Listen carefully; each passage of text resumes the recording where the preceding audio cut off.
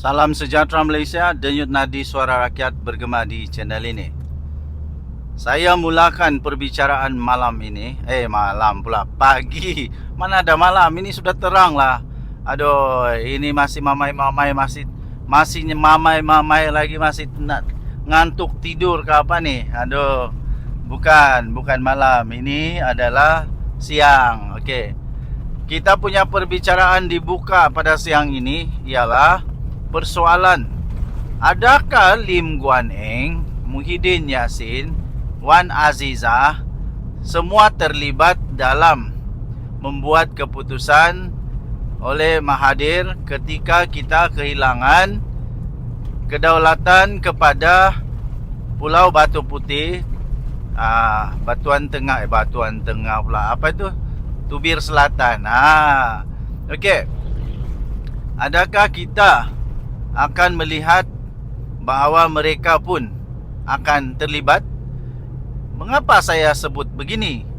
Kerana tiba-tiba sahaja di dalam Mahathir cuba untuk backing, untuk mempertahankan dirinya daripada dipersalahkan seorang-seorang, dia menyebut nama-nama menteri kabinet yang dia dakwa ada.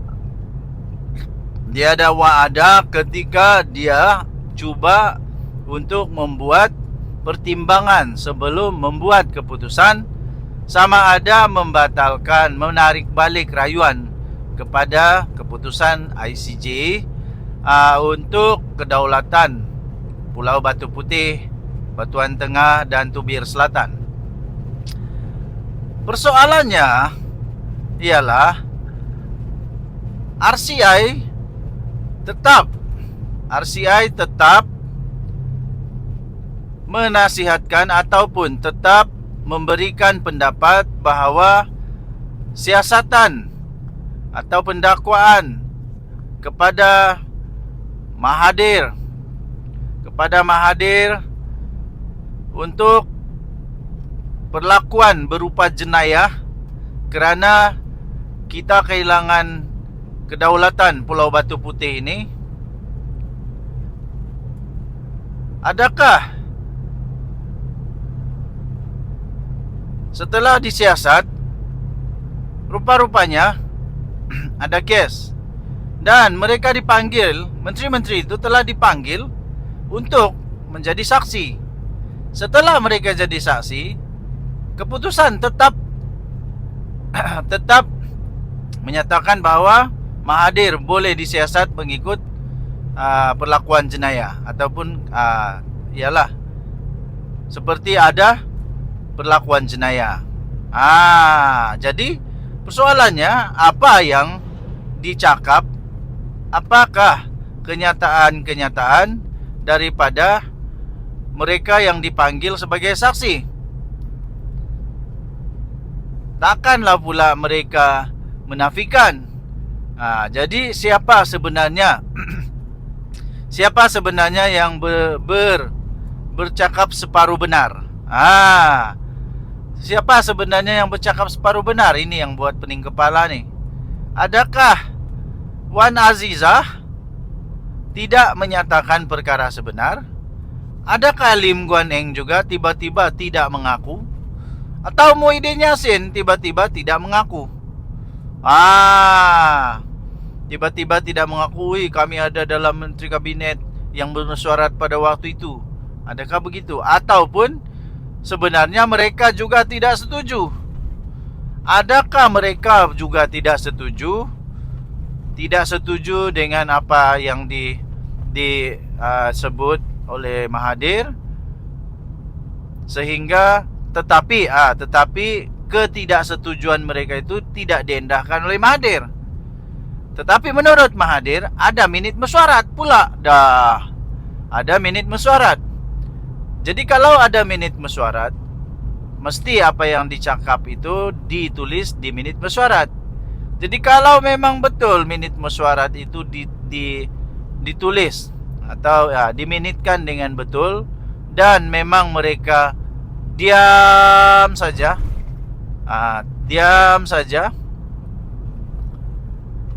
adakah mereka pula cuba untuk tidak mau mengaku pula? Aduh, pening kepala kita. Mahathir kata dalam kenyataan akhbar ataupun ya dalam artikel yang dikeluarkan oleh akhbar itu, kalau mereka nak cakap sesuatu, mereka perlu untuk katakan, bukan berdiam diri. Kerana Mahathir kata, jika mereka berdiam diri, kita anggap mereka setuju. Betulkah Wan Aziza, Lim Guan Eng, Muhyiddin Yassin semuanya berdiam diri pada waktu itu? Adakah betul mereka ini berdiam diri saja, hanya tunggu saja, setuju saja? Mereka pun kalau memang mereka berdiam diri, salah jugalah. Kenapa diam-diam? Kenapa tidak lawan? Jadi kita tunggulah kesimpulannya. Kita tunggulah apa keputusan daripada mahkamah. Kalau Mahathir memang didakwa atas perlakuan jenayah kerana Malaysia telah kehilangan kedaulatan kepada Pulau Batu Putih, Batuan Tengah dan Tubir Selatan ini, kita tunggulah adakah Mahathir akan menjadi banduan paling tua. Tapi belum, mungkin dia tidak jugalah dipenjara atau didenda sajakah apakah. Kita tunggu saja. Kita jangan dulu buat spekulasi. Cuma saja kita teruskan bersama-sama untuk melihat apa seterusnya terjadi kepada Mahathir. Okey, kita isi minyak dulu. Denyut Nadi, Suara Rakyat, bergema di channel ini. Jangan lupa tekan butang subscribe, like dan share. Malaysia kita punya, cintai Malaysia ku, kita jaga kita. Kita jumpa lagi. Bye-bye. Salam sejahtera Malaysia. Denyut Nadi, Suara Rakyat, bergema di channel ini. Isu RCI Batu Putih masih semakin menghangat. Nampaknya Mahathir, si tua yang sekarang ini berusia hampir 100 tahun, nampaknya semakin panas, semakin risau, semakin ketakutan dan semakin tak keruan. Sekarang nampaknya dia cuba cari geng. Dia cuba cari geng untuk supaya dia tak dipersalahkan sendiri, dia tak disalahkan sendiri. Sehingga ada satu newspaper, laporan akhbar menyatakan bahawa Mahathir kata seolah-olah RCI ini tuju kepada dia seorang. Sekarang nampaknya Mahathir tak puas hati.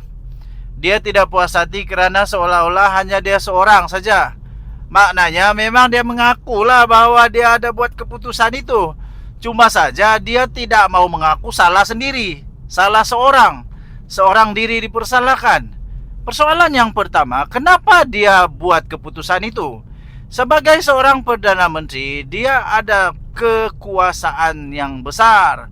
Dia ada kuasa yang besar untuk tidak kita tahu perangai Mahathir ni macam mana tahu. Kita tahu perangai Mahathir ni macam mana. Semua orang tahulah. Siapa yang berani cakap tidak kepada Mahathir? Waktu dia jadi Perdana Menteri, kita tahulah apa cerita dia. Bila ada orang yang tidak sebulu dengan Mahathir, apa jadi? Begitulah. Jadi sekarang dia kait-kaitkan pula dengan orang lain. Dia tidak mau salah sendiri.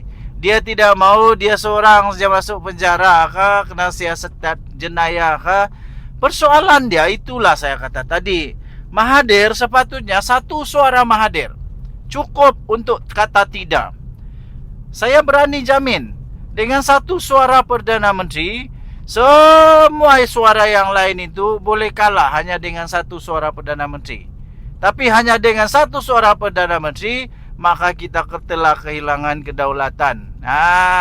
Kedaulatan kepada Pulau Batu Putih dan ada beberapa pulau yang lain lagi. Mahathir. Sekarang Mahathir cuba pula untuk membawa kawan-kawan kabinetnya untuk join bersama. Tuan-tuan dan puan-puan yang dihormati sekalian, saya bukan tidak setuju dengan apa yang Mahathir cakap itu. Yalah, memanglah semua orang perlu untuk bertanggungjawab. Tapi yang pertama dia kena bertanggungjawab dululah. Yang buat keputusan, yang tanda tangan surat, yang betul-betul mengarahkan bukannya orang lain, tapi Mahathir. Mahathir ya. Jadi takkanlah pula Mahathir yang buat keputusan, orang lain yang salah. Memang apapun itulah satu daripada pemimpin besar dunia berkata, great power come from great responsibility. Great power comes from great responsibility. Kenapa ya? Kalau memang sudah ada engkau kuasa besar, engkau kena sedar bahawa segala keputusan yang kau buat itu memang akan membawa kesan. Jadi apapun keputusan, sama ada melibatkan orang atau tidak melibatkan orang, pertama sekali kena ambil tanggungjawab diri sendiri dulu. Kena ambil tanggungjawab diri sendiri dulu bahawa itu semua engkau yang salah. Jangan dulu salahkan orang lain. Jangan dulu timpakan kesalahan kepada orang lain, tetapi timpakan dulu kepada diri sendiri. Bila sudah salah, tak usahlah untuk ajak-ajak orang lain pula join sekaki masuk penjara ke, join sekaki untuk dapat untuk dapat belas kasihan ke. Ini satu teknik untuk hanya menunjukkan bahawa dia tidak bersalah sendiri. Tapi pada sisi yang lain, seolah-olah kita dapat buat kesimpulan pendek bahawa ya, Mahathir mengaku dia pun salah, dia bersalah. Cuma saja dia tidak mengaku bahawa dia salah sendiri. Dia ada geng bersalah. Tuan-tuan dan puan-puan, sila tinggalkan komen anda. Denyut nadi suara rakyat bergema di channel ini. Jangan lupa tekan butang subscribe, like dan share. Malaysia kita punya, cintai Malaysia ku, kita jaga kita. Bye bye.